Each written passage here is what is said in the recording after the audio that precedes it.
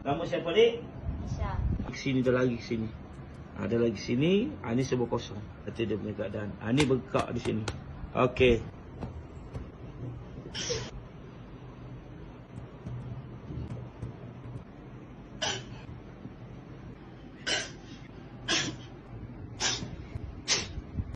Okey.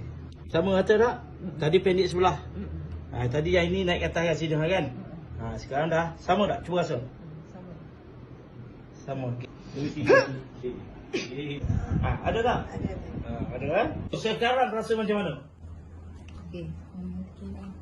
Boleh nafas lancar. Ada sembuh lagi? Tak ada tersembuh lah? Tak ada flight dah kan? Okey. Ibu macam mana? Happy tak hari ni? Happy, puas hati kan? Puas hati dengan servis puas hati ya? Dan please komen kalau ada masalah yang sama. Dan please follow Cuma CPS January.